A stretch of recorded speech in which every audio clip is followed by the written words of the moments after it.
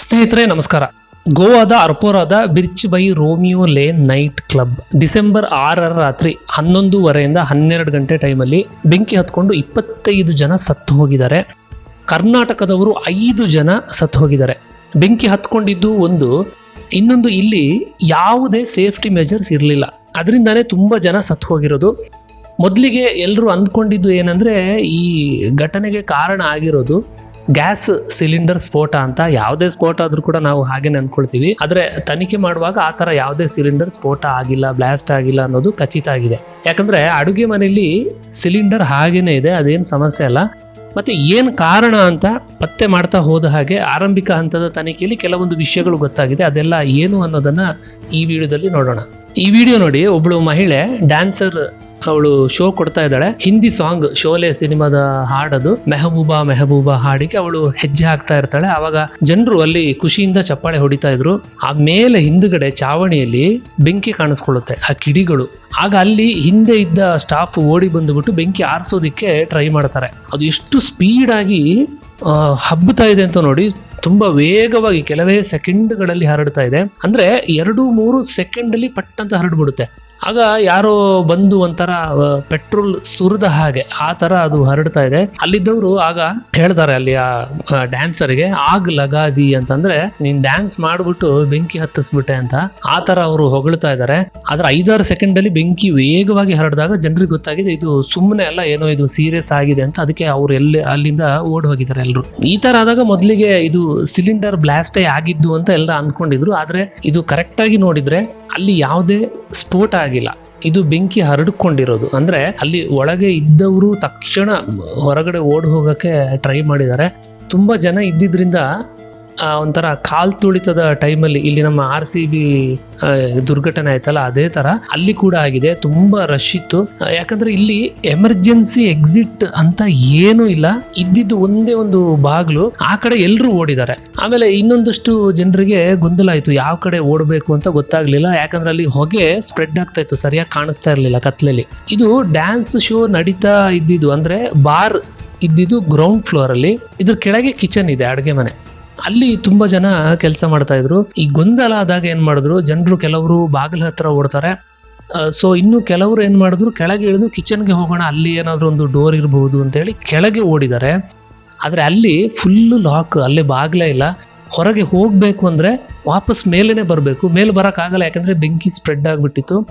ಈ ಕೆಲವರು ಕೆಳಗೆ ಅಂದ್ರೆ ಅವ್ರು ಹೋಗಿದ್ರಲ್ಲ, ಅಲ್ಲಿ ಸಿಕ್ಕಾಕೊಂಡ್ಬಿಟ್ರು, ಅಲ್ಲೇ ಸತ್ತು ಹೋಗಿದ್ದಾರೆ. ಅವರಿಗೆ ವಾಪಸ್ ಮೇಲೆ ಬರೋಕೆ ಆಗ್ಲೇ ಇಲ್ಲ, ತುಂಬಾ ಹೊಗೆ ಇತ್ತು. ಸೊ ತುಂಬಾ ಜನ ಉಸಿರುಗಟ್ಟಿನೇ ಸತ್ತು ಹೋಗಿದ್ದಾರೆ. ಬೆಂಕಿ ಸ್ಪ್ರೆಡ್ ಆಗೋಕ್ಕಿಂತ ಮುಂಚೆನೆ ಸುಮಾರು 100 ಜನ ಇದ್ರಂತೆ ಇಲ್ಲಿ. ಅದಕ್ಕೆ ಒಂಥರ ಇದು ಟ್ರಾಫಿಕ್ ಜಾಮ್ ತರ ಆಗ್ಬಿಟ್ಟಿತ್ತು. ಈ 100 ಜನರಲ್ಲಿ ಸತ್ತು ಹೋದವರು 25 ಜನ. ಇನ್ನು ಉಳಿದವರೆಲ್ಲ ಹೊರಗೆ ಬಂದು ಜೀವ ಉಳಿಸ್ಕೊಂಡಿದ್ದಾರೆ. ಆ ಥರ ಹೊರಗೆ ಓಡಿ ಬಂದವರಲ್ಲಿ ನಮ್ಮ ಬೆಂಗಳೂರಿನವರೇ, ತಣಿಸಂದ್ರದವರು ಇಶಾಕ್ ಅಂತ ಅವರ ಹೆಸರು. ಸುಮಾರು 24-25 ವಯಸ್ಸು, ಯಂಗ್. ಅವರು ಫ್ರೆಂಡ್ಸ್ಗಳ ಜೊತೆಗೆ ಗೋವಾಗೆ ಮೋಜು ಮಸ್ತಿ ಮಾಡೋಕ್ಕೆ ಅಂತ ಹೋಗಿದ್ದಾರೆ. ಯಾವಾಗ ಬೆಂಕಿ ಕಾಣಿಸ್ಕೊಳ್ತೋ ಆಗ ಇವರು ಮತ್ತು ಇವರ ಫ್ರೆಂಡ್ಸ್ ಎಲ್ಲ ಸೇರಿ ಹೊರಗಡೆ ಓಡಿ ಬಂದಿದ್ದಾರೆ, ಸೇಫ್ ಆಗಿದ್ದಾರೆ. ಆದರೆ ಇಶಾಕ್ಗೆ ಅದು ಯಾಕೆ ಹಾಗೆ ಅನ್ನಿಸ್ತೋ ಗೊತ್ತಿಲ್ಲ. ನಾನು ಮೊಬೈಲ್ನ ಒಳಗೆ ಬಿಟ್ಟು ಬಂದಿದ್ದೀನಿ, ವಾಪಸ್ ತೊಗೊಂಡು ಬರ್ತೀನಿ ಅಂತ ಹೇಳಿ ವಾಪಸ್ ಕ್ಲಬ್ನ ಒಳಗೆ ಓಡಿದ್ದಾರೆ. ಅಷ್ಟೇ, ವಾಪಸ್ ಬರಲೇ ಇಲ್ಲ, ಅಲ್ಲೇ ಸತ್ತು ಹೋಗಿದ್ದಾರೆ. ಒಂದೇ ಒಂದು ಮೊಬೈಲ್ಗೋಸ್ಕರ ಜೀವವನ್ನೇ ಕಳ್ಕೊಳ್ಬೇಕಾಯ್ತು. ಯಾವ ಟೈಮಲ್ಲಿ ಯಾವುದಕ್ಕೆ ಪ್ರಯಾರಿಟಿ ಕೊಡಬೇಕು ಅನ್ನೋದನ್ನು ಮೊದಲು ಯೋಚಿಸಬೇಕಾಗುತ್ತೆ. ಸೊ ಬೆಂಕಿ ಹೊತ್ಕೊಂಡಿದ್ದು ಹೇಗೆ ಅಂತಂದ್ರೆ, ಅಲ್ಲಿ ಡ್ಯಾನ್ಸ್ ಮಾಡ್ತಾ ಇದ್ದಾಗ ಒಬ್ಬರು ಸ್ಟಾಫ್ ಏನ್ ಮಾಡಿದ್ದಾರೆ, ಪಟಾಕಿ ಗನ್ ಅಂತ ಹೇಳ್ತಾರಲ್ಲ, ಪೈರೋ ಗನ್ ಅಂತ ಹೇಳ್ತಾರೆ ಅದಕ್ಕೆ, ಅದರಿಂದ ಶೂಟ್ ಮಾಡಿದ್ದಾರೆ. ಅದರಿಂದ ಬೆಂಕಿಯ ಕಿಡಿಗಳು ಹಾರಿದೆ, ಅದು ಚಾವಣಿಗೆ ತಾಗಿದೆ ಮೇಲ್ಗಡೆ.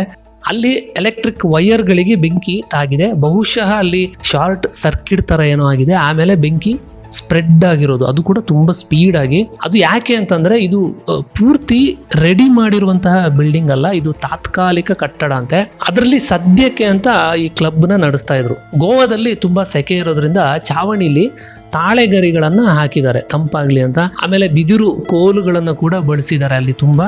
ಯಾವಾಗ ಈ ಗನ್ ಶೂಟ್ ಆಯ್ತೋ ಆಗ ವೈರ್ಗಳಿಗೆ ಬೆಂಕಿ ಹೊತ್ಕೊಂಡು ಆಮೇಲೆ ಆ ತಾಳೆಗರಿಗೆ ಬೆಂಕಿ ಹರಡಿದೆ. ಸೊ ತುಂಬಾ ಬೇಗ ಎಲ್ಲಾ ಕಡೆ ಬೆಂಕಿ ಹೊತ್ಕೊಳ್ತು. ಜನರಿಗೆ ಏನಾಗ್ತಾ ಇದೆ ಅಂತ ಅರ್ಥ ಮಾಡಿಕೊಳ್ಳುವಷ್ಟರಲ್ಲೇ ಅಲ್ಲಿ ಬೆಂಕಿ ಹರಡು ಬಿಟ್ಟಿತ್ತು. ಇದಾದ್ಮೇಲೆ ಪೊಲೀಸರು ಕ್ಲಬ್ ನ ಮ್ಯಾನೇಜರ್ ಮತ್ತೆ ಇನ್ನು 3 ಜನರನ್ನ ಅರೆಸ್ಟ್ ಮಾಡಿದ್ದಾರೆ. ಇದರ ಓನರ್ ಸೌರವ್ ಲೂತ್ರಾ ಅಂತ, ಅವನನ್ನ ಕೂಡ ಪೊಲೀಸರು ಹುಡುಕ್ತಾ ಇದ್ದಾರೆ. ಅವನ್ನೆಲ್ಲ ಓಡ್ ಹೋಗಿದ್ದಾನಂತೆ. ಈ ಸೌರವ್ ಲೂತ್ರಾ ಮತ್ತು ಇನ್ನೊಬ್ಬ ಸೇರ್ಕೊಂಡು ಪಾರ್ಟ್ನರ್ಶಿಪ್ ಅಲ್ಲಿ ಕ್ಲಬ್ ನ ನಡೆಸ್ತಾ ಇದ್ರು. ಇವರಿಬ್ರು ಮಧ್ಯೆ ಗಲಾಟೆ ಆಗಿದೆ. ಅದಕ್ಕೆ ಸೌರವ್ ಲೂತ್ರಾ ಏನ್ ಮಾಡ್ತಾನೆ, ಅರ್ಪೋರ ನಗೋವಾ ಗ್ರಾಮ ಪಂಚಾಯಿತಿಯಲ್ಲಿ ಒಂದು ಕಂಪ್ಲೇಂಟ್ ಅನ್ನ ಕೊಡ್ತಾನೆ. ಅವರ ಪಾರ್ಟ್ನರ್ ಕೂಡ ಈ ಸೌರವ್ ವಿರುದ್ಧ ದೂರನ್ನ ದಾಖಲಿಸ್ತಾನೆ.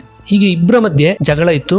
ಆಗ ಗ್ರಾಮ ಪಂಚಾಯಿತಿ ಅಧಿಕಾರಿಗಳು ಅಲ್ಲಿ ಸ್ಥಳಕ್ಕೆ ಬಂದೆಲ್ಲ ಇನ್ಸ್ಪೆಕ್ಷನ್ ಎಲ್ಲ ಮಾಡಿದಾಗ ಗೊತ್ತಾಗುತ್ತೆ ಈ ಕ್ಲಬ್ ನಿರ್ಮಾಣ ಮಾಡೋಕೆ ಪರ್ಮಿಷನ್ನೇ ಪಡ್ಕೊಂಡಿಲ್ಲ ಅಂತ. ಅದಕ್ಕೆ ಅಧಿಕಾರಿಗಳು ಇಡೀ ಬಿಲ್ಡಿಂಗ್ ಅನ್ನ ಡೆಮಾಲಿಷ್ ಮಾಡಬೇಕು ಅಂತ ತೀರ್ಮಾನ ಮಾಡಿ ಒಂದು ನೋಟಿಸ್ ಅನ್ನ ಕೊಟ್ಟಿದ್ರು.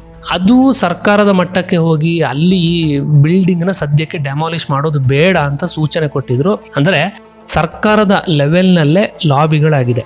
ಇದಕ್ಕಿಂತ ಹಿಂದೆ 2013ರಲ್ಲೇ ಪಂಚಾಯತಿಯಿಂದ ಕೆಲವು ಅನುಮತಿಗಳನ್ನು ಕೊಟ್ಟಿದ್ದಾರೆ. ಆಗ ಅಧಿಕಾರಿಗಳು ಏನ್ ಮಾಡಬೇಕಿತ್ತು ಅಂತಂದ್ರೆ ಅಲ್ಲಿ ಹೋಗಿ ಇನ್ಸ್ಪೆಕ್ಷನ್ ಮಾಡಿ ಇಲ್ಲಿ ಜನರಿಗೆಲ್ಲ ಸುರಕ್ಷಿತವಾಗಿದೆಯಾ ಅಂತ ಚೆಕ್ ಮಾಡಬೇಕಿತ್ತು. ಆ ಕೆಲಸ ಅಧಿಕಾರಿಗಳು ಮಾಡಿಲ್ಲ, ಜಸ್ಟ್ ಪರ್ಮಿಷನ್ ಅನ್ನ ಕೊಟ್ಬಿಟ್ಟಿದ್ದಾರೆ. ಸ್ನೇಹಿತರೆ, ನಿಮಗೆ ಗೊತ್ತು ಈ ತರ ಪರ್ಮಿಷನ್ ಕೊಡೋದು ನಮ್ಮಲ್ಲಿ ಹೇಗೆ ವರ್ಕ್ ಆಗುತ್ತೆ ಅಂತ. ಒಂದಷ್ಟು ಲಂಚ ಕೊಟ್ಟುಬಿಟ್ರೆ ಸಾಕು, ಎಂತೆಂತ ಪರ್ಮಿಷನ್ಗಳು ಬೇಕಾದ್ರೂ ಸಿಕ್ಬಿಡುತ್ತೆ. ಇಲ್ಲೂ ಅದೇ ಆಗಿದೆ.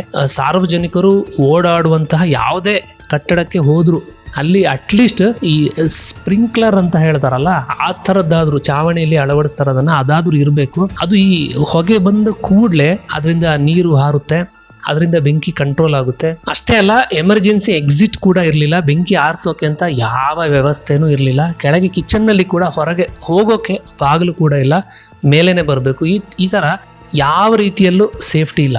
ಬೆಂಗಳೂರಲ್ಲೇ 2 ಕಡೆ ರೀಸೆಂಟ್ ಆಗಿ ಎಲೆಕ್ಟ್ರಿಕ್ ವೆಹಿಕಲ್ಗಳ ಶೋರೂಮ್ ಸುಟ್ಟು ಹೋಗಿತ್ತು. ಒಬ್ಬ ಮಹಿಳೆ ಆ ಘಟನೆಯಲ್ಲಿ ಸತ್ತು ಹೋಗಿದ್ರು. ಈಗಲೂ ಬೇರೆ ಬೇರೆ ಕಡೆ ಈ ತರ ಆಗ್ತಾನೆ ಇದೆ. ಫೈರ್ ಸೇಫ್ಟಿಗೆ ಸಂಬಂಧಪಟ್ಟ ಹಾಗೆ ತುಂಬಾ ನಿಯಮ ಇದೆ. ಅದನ್ನೆಲ್ಲ ಫಾಲೋ ಮಾಡೋದಾದ್ರೆ ಸ್ವಲ್ಪ ದುಡ್ಡು ಖರ್ಚು ಮಾಡಬೇಕಾಗುತ್ತೆ. ಆದ್ರೆ ಜನರಿಗೆ ದುಡ್ಡು ಉಳಿಸ್ಬೇಕು. ಅದಕ್ಕೋಸ್ಕರ ನಮ್ಮ ಜನರಿಗೆ ಬಿಲ್ಡಿಂಗ್ ಕಟ್ಟುವಾಗ ಇರೋ ಆ ಉತ್ಸಾಹ ಇರುತ್ತಲ್ಲ, ಅದು ಈ ಫೈರ್ ಸೇಫ್ಟಿ ನಿಯಮಗಳನ್ನ ಪಾಲಿಸುವಾಗ ಇರಲ್ಲ. ಈ ತರ ನಿರ್ಲಕ್ಷ್ಯ ಮಾಡ್ತಾ ಇರೋದ್ರಿಂದಾನೇ ಜನರು ಸಾಯ್ತಾ ಇದ್ದಾರೆ. ಈ ಬಿಸ್ನೆಸ್ಗಳನ್ನ ಮಾಡೋರು ಬರೀ ಹಣ ಸಂಪಾದನೆ ಮಾಡೋದಲ್ಲ, ಜನರ ಜೀವಕ್ಕೂ ಸ್ವಲ್ಪ ಬೆಲೆ ಕೊಡೋ ಬುದ್ಧಿನ ಬೆಳೆಸ್ಕೊಳ್ಬೇಕು. ಇವಿಷ್ಟು ಈ ವಿಡಿಯೋದ ಮಾಹಿತಿ. ಮುಂದಿನ ವಿಡಿಯೋದಲ್ಲಿ ಮತ್ತೆ ಭೇಟಿಯಾಗೋಣ. ನಮಸ್ತೆ.